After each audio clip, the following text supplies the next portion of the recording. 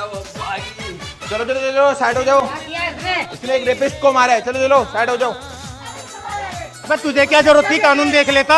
Sir 5 minute. 5 minute sir.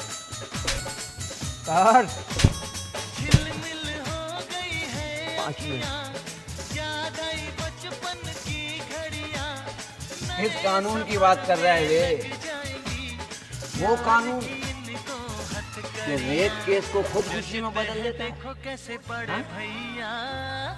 अगर तेरे खानदान में किसी लड़की के साथ ऐसा हुआ होता तब भी तू यही बोलता। अबे नीचे नहीं, आंखों में आंखें डाल के बात कर। अरे लड़कियां छोटे कपड़े पहनेंगी तो ऐसा ही होगा ना। छोटे कपड़े, छोटी सोच, वारी दुनिया। आजकल जिन लड़कियों के साथ ऐसा हो रहा है ना, उसमें से 99% लड़कियों ने छोटे कपड़े नहीं पहने। अगर तुम्हारी लड़की के साथ ऐसा हुआ, वो भी किसी की लड़की थी आंटी। रात को 10 बजे के बाद लड़की घूमेगी तो क्या होगा? वाह रे बुढ़ा हुआ, वाह।